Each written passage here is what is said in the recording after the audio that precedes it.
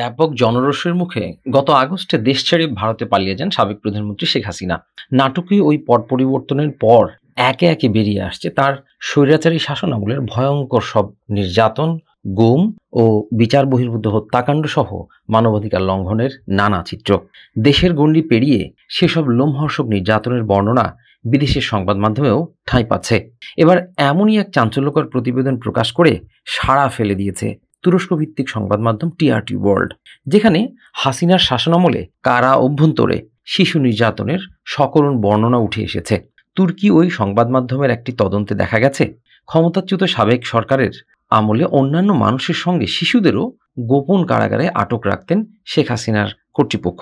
সেখানে চলত নির্যাতন, এমনকি জিজ্ঞাসাবাদের সময় চাপ সৃষ্টির জন্য শিশুদের ব্যবহার করা হতো, যার মধ্যে শিশুকে মায়ের দুধ পান করতে দিতে অস্বীকার করার মতো ভয়ানক রকমের অমানবিক ঘটনাও রয়েছে। টিআরটি ওয়ার্ল্ড নামক তুরস্কের ওই সংবাদ মাধ্যমটি বলছে, বাংলাদেশের গোপন আটক কেন্দ্রে বন্দি শত শত লোকের মধ্যে বেশ কজন শিশুও ছিল বলে জানিয়েছে বর্তমানে ক্ষমতাচ্যুত শেখ হাসিনার শাসনামলে জোরপূর্বক গুমের তদন্তকারী একটি কমিশন। তারা বলেছে, অন্তত অর্ধ ডজন শিশু তাদের মায়েদের সাথে মাসের পর মাস জেলের ভেতরে কাটিয়েছে। আটক রাখার সময় জিজ্ঞাসাবাদের জন্য শিশুদের লিভারেজ হিসেবে, অর্থাৎ মানসিক চাপ সৃষ্টির মাধ্যম হিসেবে ব্যবহার করা হয়েছিল, যার মধ্যে তাদের দুধ পান করতে দিতে অস্বীকার করার ঘটনাও রয়েছে। গত বছরের 5 আগস্ট ছাত্র জনতার গণ অভ্যুত্থানের মুখে ভারতে পালিয়ে যান শেখ হাসিনা। তিনি বর্তমানে সেখানেই অবস্থান করছেন। বৈষম্য বিরোধী ছাত্র আন্দোলন চলাকালে জুলাই ও আগস্টে সংঘটিত গণহত্যা সহ মানবতা বিরোধী অপরাধের অভিযোগে ইতোমধ্যে হাসিনার বিরুদ্ধে গ্রেপ্তারি পরোয়ানা জারি করেছে আন্তর্জাতিক অপরাধ ট্রাইব্যুনাল। হাসিনার সরকারের বিরুদ্ধে রাজনৈতিক প্রতিপক্ষের শত শত নেতাকর্মীকে বিচার বহির্ভূত হত্যা এবং আরও শত শত মানুষকে বেআইনিভাবে অপহরণ ও গুম সহ ব্যাপক মানবাধিকার লঙ্ঘনের অভিযোগ আনা হয়েছে। ওই কমিশন বলেছে, নারীদেরকে তাদের সন্তানসহ নিখোঁজ হয়ে যাবার বেশ কয়েকটি ঘটনার বিশদ বর্ণনা তাদের কাছে রয়েছে, যার মধ্যে সর্বশেষ এই ধরনের ঘটনা ঘটে 2023 সালে। এছাড়া কমিশন এই বিষয়ে এক গর্ভবতী নারীর ঘটনাও উল্লেখ করেছে। গর্ভবতী ওই নারীকে তার 2টি ছোট বাচ্চা সহ আটকে রাখা হয়েছিল এবং সেই আটক কেন্দ্রে তাকে মারধরও করা হয়েছিল।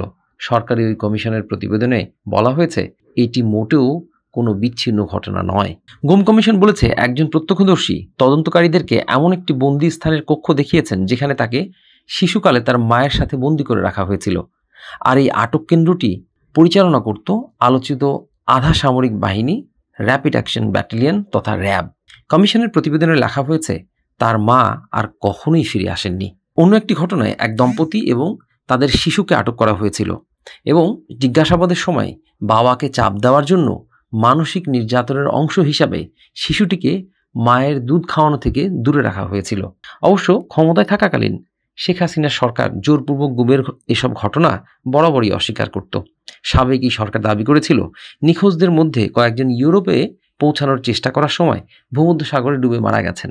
কমিশন বলছে, নিরাপত্তা বাহিনীর হাতে অপহৃত প্রায় 200 বাংলাদেশি এখনও নিখোঁজ রয়েছেন। কমিটির একজন সদস্য বলেছেন, কিছু ভুক্তভোগী তাদের নির্যাতনকারী কর্মকর্তাদেরকে সঠিকভাবে চিহ্নিত করতে না পারলেও তাদের জবানবন্দির মাধ্যমে সেই সব বাহিনীকে চিহ্নিত করা যাবে যারা এই নির্যাতনের ঘটনায় জড়িত। তার মতে, এ ধরনের ক্ষেত্রে আমরা কমান্ডারকে জবাবদিহি করার সুপারিশ করব। ভুক্তভোগীদের পরিবারের ওপর এসব ঘটনায় বহুমুখী ক্ষতিকর প্রভাব সৃষ্টি হয়েছে, আর সেটি গুরুতর মানসিক আঘাত থেকে শুরু করে আইনি এবং আর্থিক চ্যালেঞ্জ পর্যন্ত বিস্তৃত।